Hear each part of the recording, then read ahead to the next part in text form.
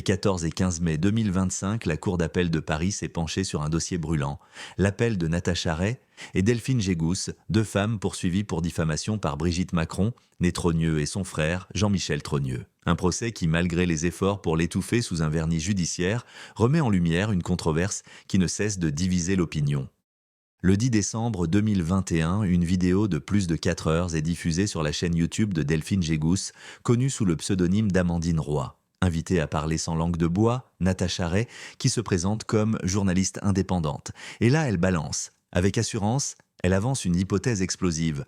Brigitte Macron serait en réalité son propre frère, Jean-Michel Trogneux, ayant opéré une transition de genre.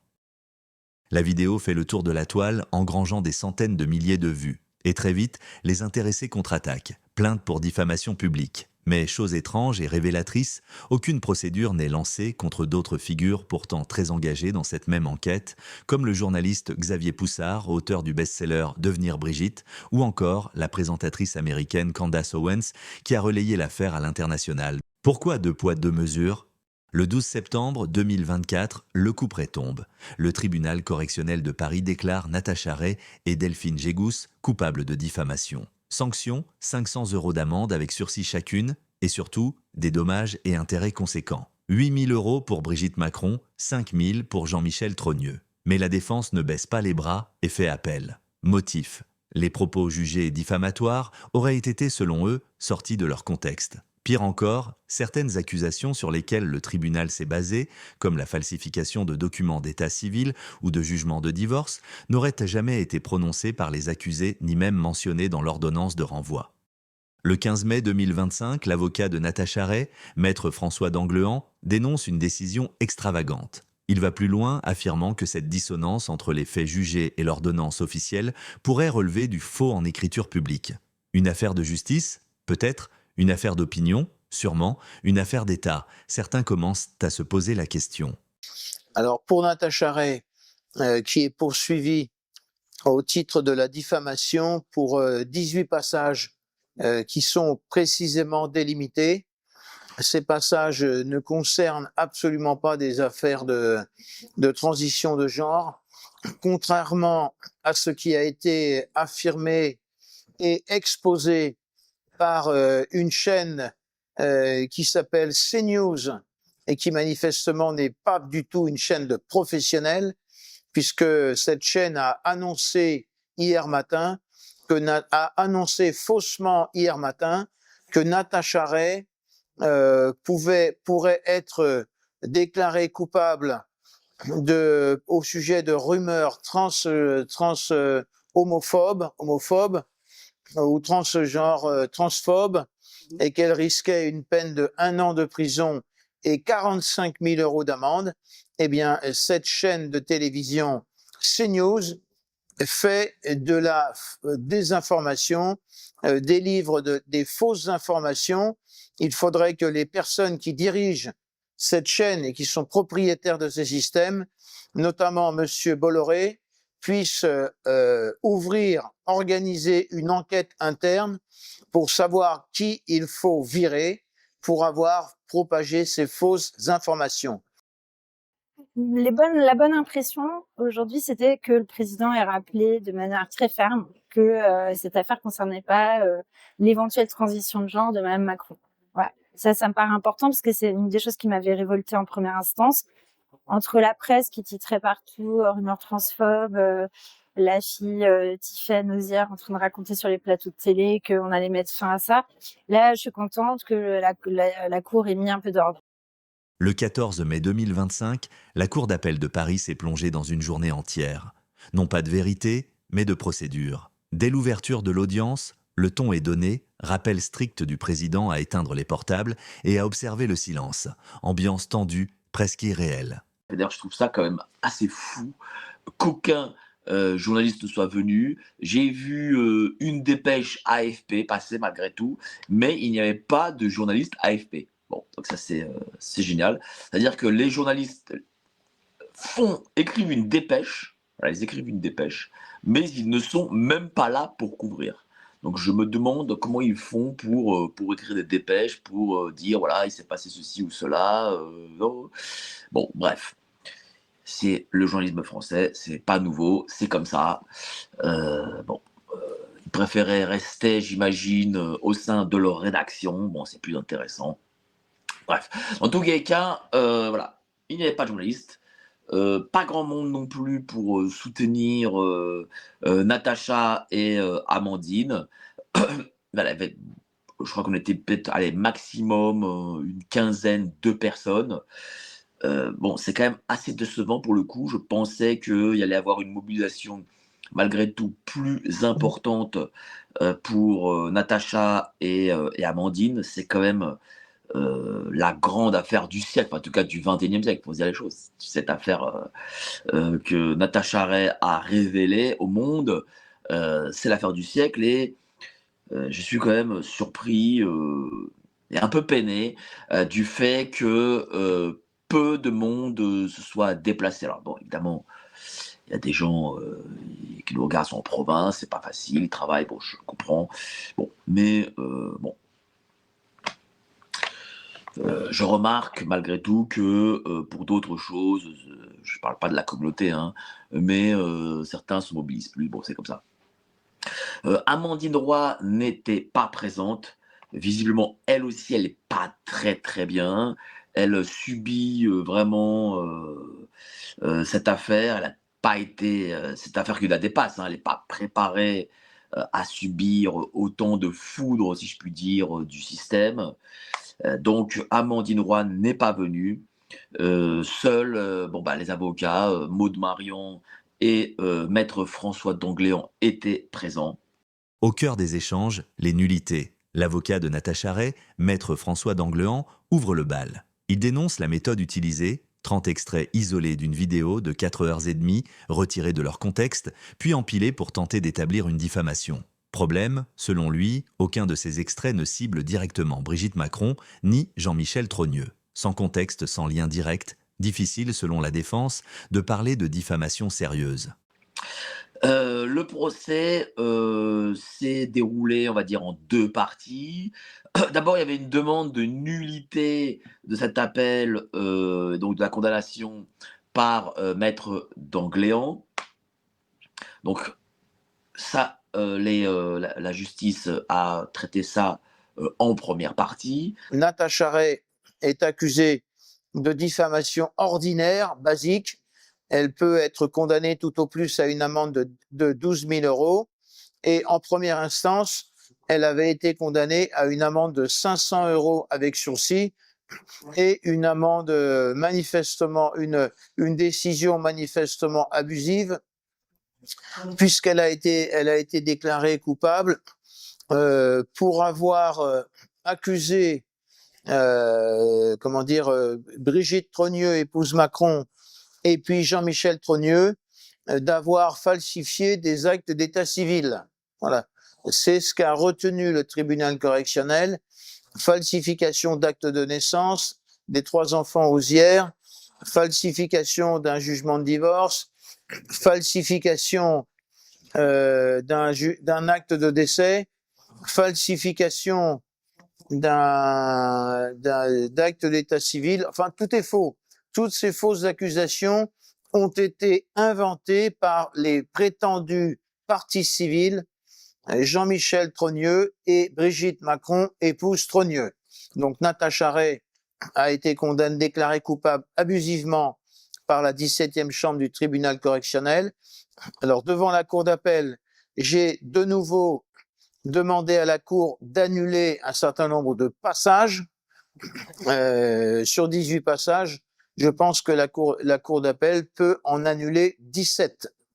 Et il reste un seul passage qui entre dans le champ d'application de la loi sur la presse, c'est le fait d'avoir imputé à Madame Brigitte Trogneux d'avoir commis un détournement de mineur contre l'un de ses élèves mineurs, Monsieur Emmanuel Macron, mais cette imputation a été portée avec la plus extrême bonne foi, puisque Madame Brigitte Trogneux, épouse Macron elle-même, a fait publier ou a laissé publier une biographie officielle dans laquelle il est fait état d'une romance d'amour entre un élève mineur et une professeure âgée de 36, 38 ou 39 années. Bref, ce que cette biographie officielle qualifie de romance d'amour, Natacha Ray appose sur ces faits une simple qualification juridique en termes de détournement de mineurs. Et j'ai expliqué à la juridiction que effectivement ce propos pourrait, le cas échéant, entrer dans le champ d'application de la loi de l'infraction de diffamation, mais que dans ce cas de figure, nous demandons à la juridiction de relaxer Natacha Ray au visa de l'épreuve de bonne foi. Natacha Ray n'a rien inventé, elle n'a rien révélé de spécial, elle a simplement qualifié a posé une qualification juridique sur une situation de fait qui a été qualifiée de romance d'amour par Madame Brigitte Trogneux, épouse Macron, et donc elle n'a rien révélé, elle n'a pas commis une infraction. Tout le monde était au courant de cette histoire depuis 2015, 2016, 2017, 2018, et cette argumentation dite de romance d'amour entre un élève mineur et sa professeure de théâtre ou de gymnastique, je ne me rappelle plus, elle avait pour finalité d'attirer la sympathie des électeurs pour qu'ils puissent voter pour ces gens qui étaient des amoureux. Voilà. Certes, la cour d'appel va donc examiner si Natacha Ray a donné ses explications avec bonne foi, c'est-à-dire le critère de la bonne foi en fonction de la jurisprudence de la Cour européenne au visa de l'article 10 de la Convention européenne. La juridiction doit examiner si il s'agit d'un sujet d'intérêt général, si Natacha Ray disposait d'une base factuelle suffisante pour tenir ce genre de discours, et enfin la Cour d'appel va faire une analyse de proportionnalité. Est-ce que la Cour d'appel doit faire une balance en quelque sorte entre les droits des uns et les droits des autres? Les droits de Natacha Ray au visa de l'article 10 de la Convention européenne, c'est le droit à la liberté d'expression.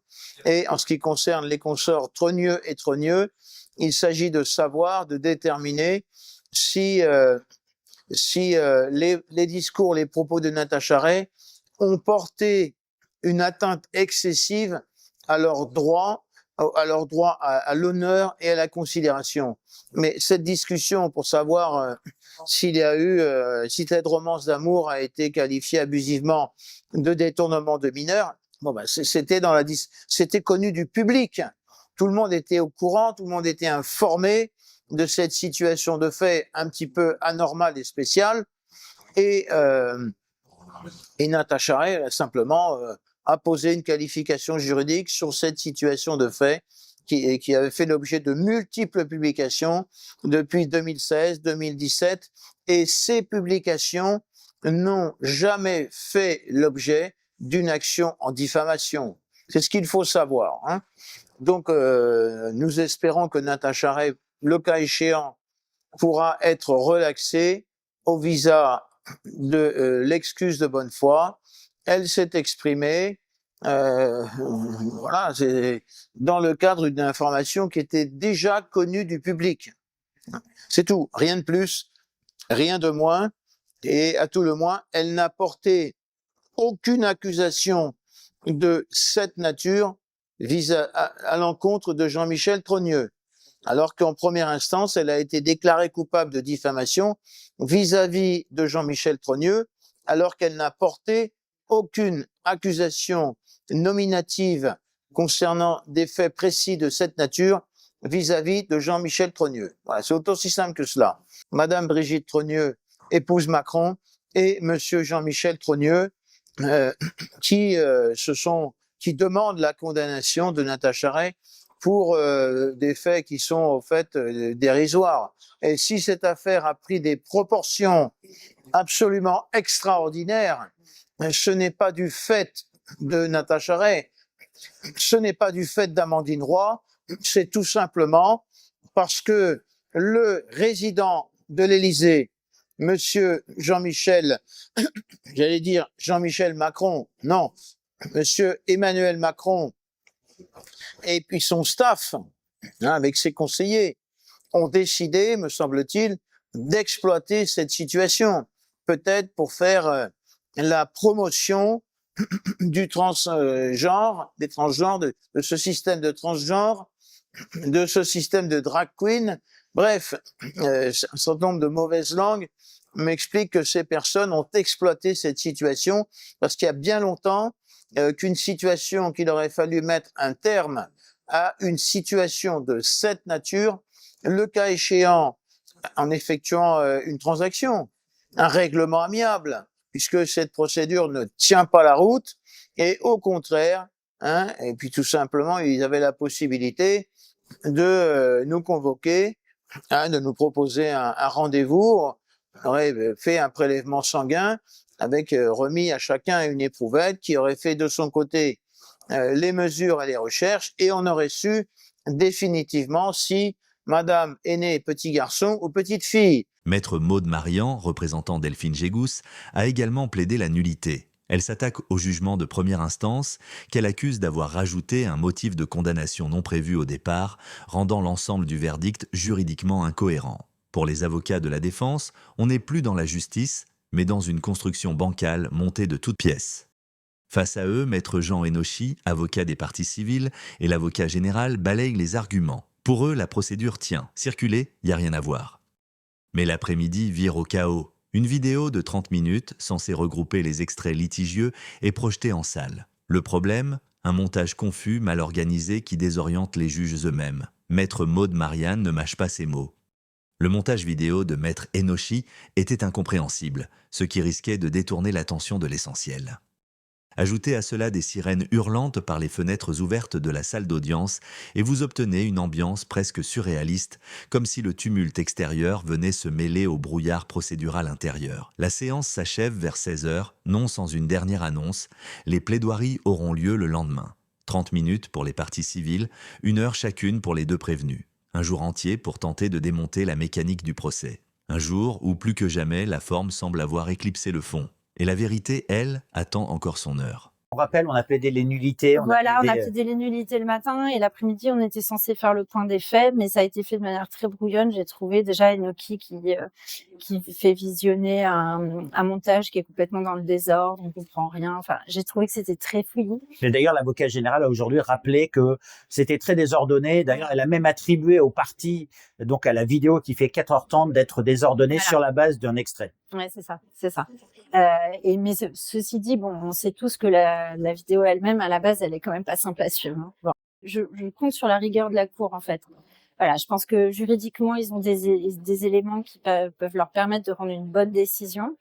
En plus, avec l'excuse de bonne foi, on a quand même ce système français qui permet de dire, il y aurait un propos diffamatoire, donc on fait un peu plaisir aux parties civiles, et puis quand même, on a la bonne foi, on fait un peu plaisir aux prévenus.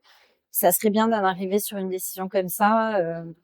En tout cas, moi, ça me conviendrait très bien. Quels ont été les points sur lesquels, pour vous, la Cour a été la plus sensible? Alors, moi, je pense que c'est quand même la bonne foi. On a des petits avertissements de droite et de gauche. Le président nous a rappelé quand même des principes avec lesquels on n'est pas très heureux, qui serait par exemple de prendre le propos dans sa globalité, des choses comme ça. Donc, il a quand même amorcé une analyse du dossier qui serait pas forcément très positive pour les prévenus. Mais là, la bonne foi, je pense qu'ils ont vraiment des éléments. On a ce problème de proportionnalité avec des personnes qui étalent leur vie privée dans les journaux et qui après se plaignent quand on vient s'y intéresser. Donc ça fait partie des éléments. Je pense que la Cour peut être très très sensible. Donc vous êtes en train de parler de la biographie officielle de Madame Macron. Alors, officielle, moi je l'appelle pas comme ça. Mais ça c'est François parce que lui il considère qu'elle est officielle. Pour moi, elle n'est pas officielle, mais en tout cas, les biographies que Mme Macron a laissé circuler. Voilà. Parce qu'il y a des éléments de biographie qui ont circulé. Certains l'ont arrangé, d'autres moins. Mais en gros, on a parlé d'eux quand même, des époux Macron. On a parlé d'eux pendant 4 ans, 5 ans, bien, vraiment tout le temps, avec 30, je crois, plus de 31 de Paris Match. Je crois que ça va. Donc tout ça pour dire, quand on accepte de se jeter comme ça dans l'arène publique, après on peut difficilement se plaindre quand quelqu'un vient s'intéresser à ce que vous avez dit ou à ce qui a été dit sur vous et essaye de le vérifier. Je pense que. Eh bien, apparemment, pour les Macron et les consorts Trogneux, Macron et compagnie, pour eux, la loi ne s'applique pas. Ils ont le droit et on en rigole. On en rigole. J'ai expliqué qu'il y a une vidéo où Monsieur Macron lui-même explique en ricanant et en se moquant de personnes qui sont atteintes d'un léger handicap que il avait le droit, cette relation était tout à fait normale, ne tombait pas sous le coup de la loi parce que c'était pas une professeure de français ou de maths, mais que c'était un professeur de théâtre. À la limite, si c'eût été un professeur de gymnastique, on fait des jambes en l'air, eh bien, c'était tout à fait naturel. Open bar, c'était cash. Donc, il y a ici des discussions d'intérêt général qui sont ouvertes par Natacha Ray et on cherche à la faire taire. Point barre, c'est tout. Allez-y, Adrien. Allez, Adrien. Putain, un peu m'aider, hein, comme ça je... Non, vas-y, Adrien. Tu préfères que j'alise? Ah oui, un peu, c'est mieux. Tenez.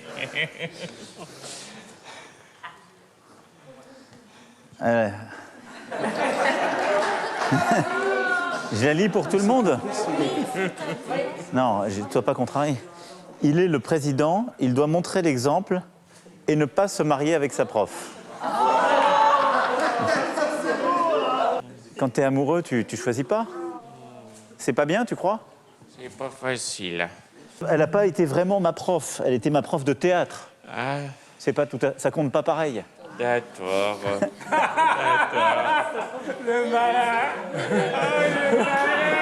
Arrête. Mais arrête de me craquer mes trucs tout de suite. Donc, c'est vrai. Donc c'est pas, tu vois, c'est pas comme la prof de maths ou de, j'essaie de négocier, tu vois. C'est la femme de ma vie, la femme que j'ai rencontrée quand j'étais beaucoup plus jeune qu'aujourd'hui et avec laquelle nous avons décidé de construire une vie en commun, même si les représentations sociales n'étaient pas forcément avec nous. Oui, je pense que elle en a plus souffert que moi, parce et encore aujourd'hui d'ailleurs, quand je vois certaines imitations, certains comiques ou certains magazines, c'est la misogynie ordinaire. Je dis souvent, si les rapports d'âge étaient inversés, ça choquerait personne. Les gens trouveraient ça super. Alors, elle est magnifique. Et le fait qu'elle est comme ça maintenant plus que moi est terrible, parce que c'est un objet de raillerie, d'incivilité. Terrible. Moi, je ne sais de rien. C'est à 14h le 15 mai 2025, avec un léger retard, mais dans une salle toujours comble, que s'est ouverte la deuxième journée d'audience. Les plaidoiries s'annonçaient explosives. Et elles le furent. Maître Jean Enochi, pour les parties civiles, prend la parole en premier. Il réclame sans sourciller la confirmation du jugement de première instance, ainsi que 15 000 € de dommages et intérêts par prévenu. Son discours, parfois confus, s'appuie lourdement sur les extraits de vidéos, soigneusement sélectionnés, pour dénoncer un soi-disant préjudice causé à Brigitte Macron. Il va jusqu'à évoquer une généalogie revisitée, sans jamais réellement répondre aux interrogations soulevées par l'enquête. Natacha Ray est alors qualifiée d'enquêtrice peu sérieuse, motivée, dit-il, par une animosité personnelle.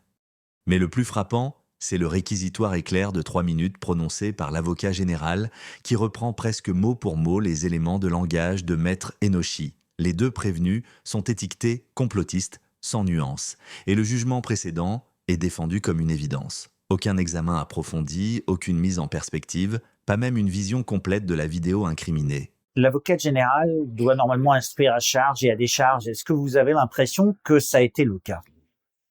Alors, elle a fait croire, parce que elle a dit qu'elle trouvait pas d'animosité personnelle et elle considère que c'est un débat d'intérêt général, donc elle a pris un peu le contre-pied de la partie civile, enfin des parties civiles. Mais en réalité, pour moi, elle a botté en touche. Déjà, elle a requis pendant 3 minutes 30. Enfin, c'était très superficiel. Je pense qu'elle a pas vu la vidéo. Je pense qu'elle a pas lu nos conclusions. Donc, vraiment, elle s'est levée. Elle s'est levée pour s'être levée. Elle se serait levée en disant application de la loi, elle en faisait pas plus.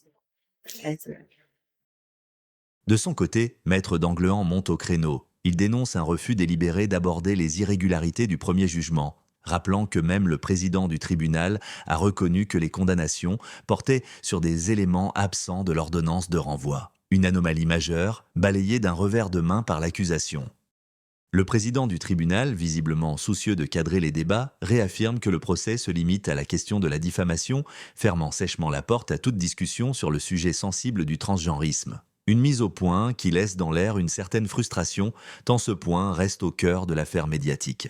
Quand vient le tour de Maître Maude Marian, l'avocate de Delphine Gégousse, le ton change. Elle rappelle que sa cliente, largement dépassée par les événements, s'est contentée d'offrir un espace de parole à Natacha Ray sans jamais valider ses propos. Elle plaide la bonne foi et demande la relaxe, dénonçant des accusations floues, mal qualifiées, allant jusqu'à interroger la stratégie de Maître Enochi. Pourquoi ces erreurs de qualification dans la plainte? Pourquoi ce montage désordonné des extraits? Cette confusion semble savamment orchestrée pour détourner l'attention du vrai sujet, l'identité des plaignants, le récit officiel des Macron et ses incohérences. Donc on a entendu Maître Enochi et même l'avocate générale dire qu'il n'y avait pas de base factuelle et donc essayer de confirmer la décision de première instance. Quand vous avez entendu ça, comment vous avez réagi? Non, moi je suis pas d'accord avec eux parce que d'abord la base factuelle peut être appréciée de manière différente quand on est un vrai journaliste, ou un journaliste amateur, ou comme Amandine Roy qui prête sa chaîne pour exposer le point de vue d'une auditrice. Enfin, à la base, c'est quand même ça qui s'est passé. Il est évident que son regard sur la base factuelle peut pas être celui d'un professionnel. Ça, c'est la première chose. Et puis, la base factuelle est peut-être de mauvaise qualité. On a le droit de considérer que des comparaisons de photos, c'est pas suffisamment probant, mais elle existe. C'est des opinions aussi, quelque part. Exactement. C'est une interprétation, qui peut avoir tout à fait le visage du sérieux, même si, pour d'autres, ça serait moins sérieux. En fait, à partir du moment où on est sur la base factuelle suffisante, c'est subjectif. Et à partir du moment, comme je l'ai plaidé, à partir du moment où une mairie vous dit je n'ai pas l'acte de naissance de monsieur parce qu'il n'est pas né ici, vous pouvez vous interroger puisque vous savez qu'il est né là, hein. Il doit être né là. Donc tout part de là en fait. Toute cette histoire se construit à partir de là. Une audience révélatrice, où le droit peine à faire face aux zones d'ombre et où certains semblent tout faire pour que la lumière ne se rallume jamais complètement. C'est Maître François Danglehan qui a clos les plaidoiries ce 15 mai avec une intervention qui n'a laissé personne indifférent. Face à un tribunal verrouillé sur la ligne du politiquement correct, l'avocat a livré une défense sans concession de Natacha Ray et de son travail d'enquête. Un travail qu'il a rappelé avoir été mené sur plusieurs mois, avec rigueur, notamment sur le terrain amiens, la même où Jean-Michel Trogneux aurait soigneusement évité tout contact. Danglehan n'y est pas allé par 4 chemins. Il a recentré le débat sur l'intérêt général, affirmant que le couple Macron avait eux-mêmes exposé leur vie privée à travers une biographie officielle, outil central de la campagne présidentielle de 2017. C'est bien cette version officielle, diffusée partout comme vérité incontestable, que Natacha Ray a choisi de questionner. Donc vous êtes en train de parler de la biographie officielle C'est ça. de Madame Macron. Alors, officielle, moi je l'appelle pas comme ça. Mais ça c'est François parce que lui il considère qu'elle est officielle. Moi, pour moi, elle n'est pas officielle, mais en tout cas les biographies que Madame Macron a laissé circuler. Voilà. Dans une déclaration forte, relayée lors de son interview, Maître Danglehan assène « Natacha Ray n'a pas diffamé ». Elle a critiqué une biographie officielle, instrument politique, en qualifiant la relation entre Brigitte Macron et un élève mineur de détournement de mineurs. C'est un débat d'intérêt général. On cherche à la faire taire. Et c'est bien là que le bât blesse. Tenter de faire passer une enquête dérangeante pour de la diffamation, sans répondre sur le fond, voilà ce que dénonce la défense. Plus troublante encore, Maître Danglehan pointe l'incohérence juridique de l'accusation de pédocriminalité. Il souligne que la plainte repose sur une confusion non résolue. Qui de Brigitte Macron ou de Jean-Michel Trogneux se sent précisément visé? Une ambiguïté qui fragilise considérablement la solidité du dossier et alimente les doutes sur la véritable nature de cette affaire. Une conclusion qui, au-delà des mots, pose une question fondamentale. Est-ce la vérité qui est jugée ici ou le droit de poser des questions? Alors que le procès entrait dans sa phase décisive, les masques ne sont pas tombés, mais les zones d'ombre, elles, se sont épaissies. Ce qui devait être un débat juridique sur la liberté d'expression face à la vie privée s'est transformé peu à peu en un festival d'omissions et de renoncements procéduraux. Premier fait troublant, aucune des deux parties principales n'était physiquement présente. Natacha Ray, gravement malade, a été empêchée d'assister à son propre procès. Quant aux plaignants, Brigitte Macron et Jean-Michel Trogneux, ils ont choisi de se faire représenter par Maître Enochi, sans comparaître. Pourtant, la Cour avait le pouvoir d'exiger leur présence. Pourquoi ce choix du silence? Pourquoi priver l'audience du témoignage direct des premiers concernés? Autre anomalie flagrante, Tiffaine Auzière, citée comme témoin clé, n'a pas été contrainte à comparaître malgré l'enjeu évident de son témoignage. Là encore, la justice semble avoir fermé les yeux. Mais ce n'est pas tout. L'avocat général lui-même, représentant du ministère public, n'a pas demandé la production des actes d'état civil en question, les fameux actes de naissance et de mariage litigieux. Un comble quand on sait que le parquet est censé garantir l'intégrité des registres d'état civil, article 34001 du Code civil. On est donc en droit de se demander pourquoi ces non-dits, pourquoi ces leviers juridiques, parfaitement légaux, n'ont-ils pas été utilisés? La question dérange, mais elle s'impose. Le ministère public voulait-il vraiment faire la lumière sur cette affaire? Et la Cour, en refusant d'aller au bout de ses prérogatives, n'avait-elle pas déjà son intime conviction en poche? En somme, ce procès censé éclaircir les faits donne parfois l'impression de tout faire pour ne pas trop remuer ce qu'il faudrait pourtant examiner. Ce procès, dont le verdict est attendu pour le 10 juillet 2025, pourrait bien devenir un tournant discret mais capital dans la question de la liberté d'enquête journalistique face à la protection renforcée des figures publiques. Un bras de fer silencieux entre deux visions de la démocratie. Décision le 10 juillet, ça vous paraît loin? Non. Pour un dossier comme ça, c'est très bien. Moi, je préfère qu'ils prennent le temps, qu'ils nous rendent un arrêt motivé. La motivation sera essentielle.